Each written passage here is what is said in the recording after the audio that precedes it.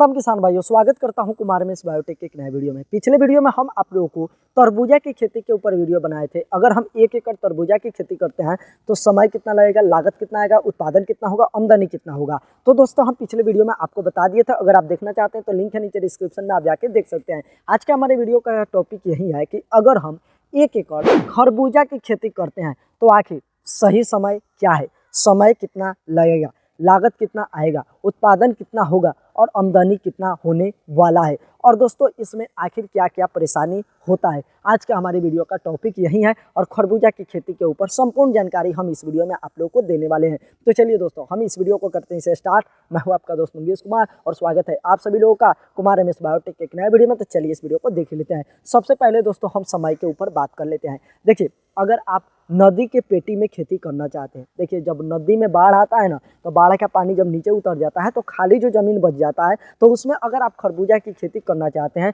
तो दिसंबर के आखिरी सप्ताह में आप लगा सकते हैं, नहीं तो फरवरी तक या मार्च तक आप लगा सकते हैं। अगर नदी की पेटी में आप करना चाहते हैं तब। अगर आप खेत में करना चाहते हैं तो खेत के लिए सबसे बेस्ट माना जाता है फरवरी महीना। जानते हैं क्यों?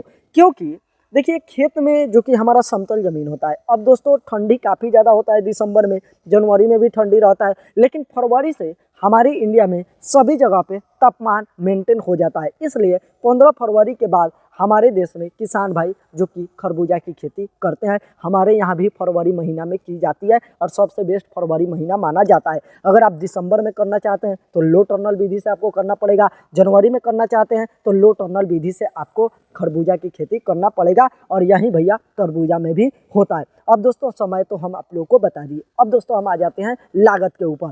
देखिए सबसे पहले तो भैया हमारा बीज लगेगा। देखिए सागर कंपनी का सागर सीड्स है, उनके एक बीज आता है जिसका नाम कस्तूरी है। उसके 50 ग्राम के पैकेट का दाम है 1100 रुपये। तो हमारे 1 एकड़ में 300 से लेके 350 ग्राम जो कि बीज लगेगा। कुछ किसान भाई तो 250 ग्राम में ही कर देते हैं, लेकिन 300 ग्राम सबसे बेस्ट माना जाता है। 300 ग्राम आपका लगने वाला है। तो देखिए सबसे पहले तो बीज का चुनाव आप कैसे कीजिएगा। सबसे पहली बात कि आप अपने अगल बगल के किसान भाई से पूछिए कि वो आखिर कौन सा बीज का चुनाव करते हैं आपके क्षेत्र में, और जिसका भी अच्छा उत्पादन हो वहीं आपको लगाना है। मैं जो बता रहा हूँ उसे आपको नहीं लगाना है। अगर यह आपके क्षेत्र में होता है तब लगाना है, नहीं तो आप अपने नज़दीकी बीज भंडार पे जाइए, वहाँ पर पता कीजिए कि खरबूजा का सबसे बेस्ट वैरायटी कौन है अपने क्षेत्र के लिए, तो वह जो आपको रिकमेंड करते हैं उसी को लगाइएगा। अगर हम सागर सीड्स की कस्तूरी की बात करें तो 50 ग्राम के पैकेट का 1100 रुपया पड़ता है, तो हमारा लगेगा 300 ग्राम। तो 300 ग्राम लगेगा तो 6 पैकेट बनेगा। 1100 में हम 6 से गुना करेंगे तो 6600 रुपये आएगा। तो 6600 रुपये हमारा बीज का हो जाता है।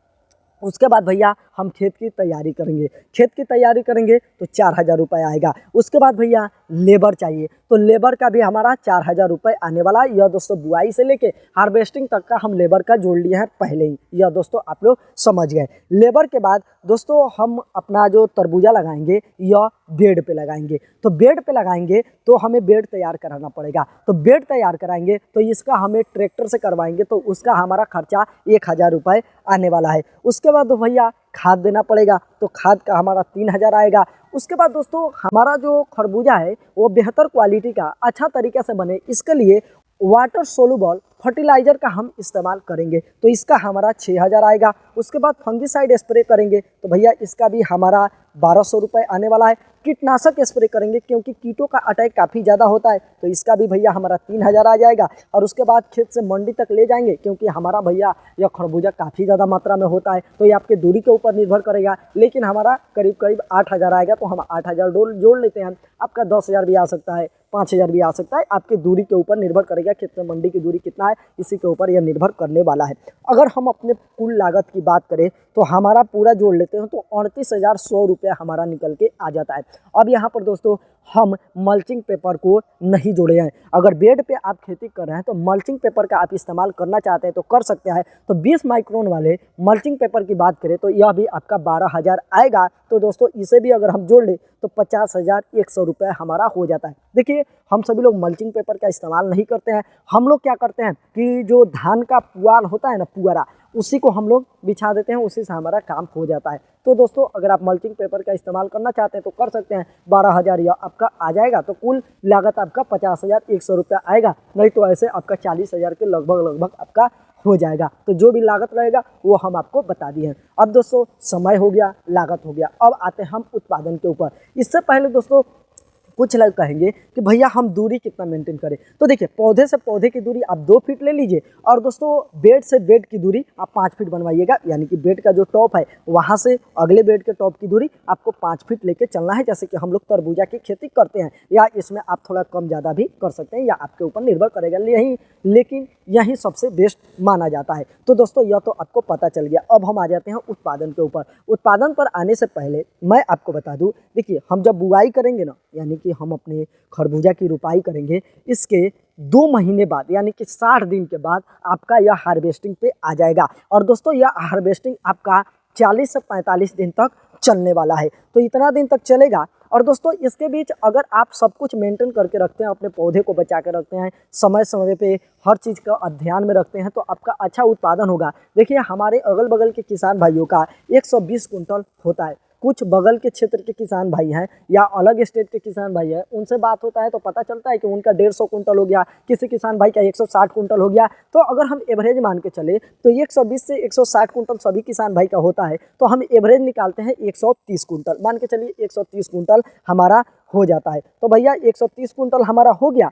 अब दोस्तों उत्पादन तो हमारा 130 कुंटल होगा लगभग। इससे थोड़ा ज़्यादा भी आपका हो सकता है, थोड़ा कम भी हो सकता है। अब हम दोस्तों आ जाते हैं आमदनी के ऊपर। तो देखिए खरबूजा की कोई ज़्यादा रेट नहीं रहता है। अगर हम फरवरी में लगाते हैं तो हमारा ऐसे समय पे निकलेगा जब सभी किसान भाइयों का हार्वेस्टिंग होगा। तो उस समय मंडी में इसका बहुत ज़्यादा जक्शन लग जाता है, जिसकी वजह से रेट कुछ खास नहीं मिलता है। किसी किसान भाई का 10 रुपया मिलता है, किसी किसान भाई का 12 रुपया, किसी किसान भाई का 15 रुपया, किसी किसान भाई का तो 5 रुपया भी मिलता है। अगर आपका सही समय रहा, सही किस्मत रहा, तो आपका 5 रुपये से लेकर 25 रुपये केजी तक आपको मिल जाए। एवरेज हम मान लेते हैं भैया 15 रुपये अगर हमारा रेट मिल जाता है। अगर हमारा किस्मत सही रहता है तो 15 रुपये केजी हमारा बिक जाता है। तो कुंटल कितना का हो गया? 1500 का। 1500 का हमारा कुंटल हो गया। 130 कुंटल हमारा उत्पादन हुआ है, तो 1500 में 130 से हम गुना कर देंगे तो हमारा निकल जाएगा 1,95,000 रुपये। तो 1 एकड़ से हमारा जो आमदनी होगा 1,95,000 रुपये होने वाला है। अब दोस्तों यहाँ पर हमारा लागत लगा है, तो 1,95,000 में से 38,100 रुपया जो हमारा लागत आया है इसे माइनस कर देते हैं, तो 1,56,900 रुपया हमारा निकल जाएगा। इतना हमारा सुकर आमदनी हो जाएगा अगर हम मल्चिंग पेपर का इस्तेमाल नहीं करते हैं तब। अगर हम मल्चिंग पेपर का इस्तेमाल करते हैं तब भैया हमारा 1,06,800 रुपये आने वाला जो कि आमदनी आएगा। क्योंकि मल्चिंग पेपर का इस्तेमाल करेंगे तो 12,000 और हमारा लागत बढ़ जाएगा और 50,100 रुपया लागत आ जाएगा। तो भैया हमारा 1,06,800 रुपया हमारा जो कि आमदनी यहाँ पर आने वाला है। तो जो भी जानकारी था वो हम आपको बता दिए। देखिए आप सबसे पहले तो बीज का आप चुनाव कीजिए सही, अपने अगल बगल के किसान भाई से पता कर लीजिए कि आखिर वो कौन सा लगाते हैं और उसके बाद आप लगाइएगा। चलिए इस वीडियो में इतना ही था, अगले वीडियो मिलते हैं, तब तक के लिए दोस्तों बाय। और दोस्तों मैं आपको बता दूं, इसमें एक कीट जो कि फल छेदक कीट माना जाता है उसे, तो उसका काफ़ी ज़्यादा अटैक होता है, तो उसका भी निवारण आप लोग पहले से ही सोच के रखिएगा, नहीं तो आपका सारा का सारा फल खराब हो जाएगा।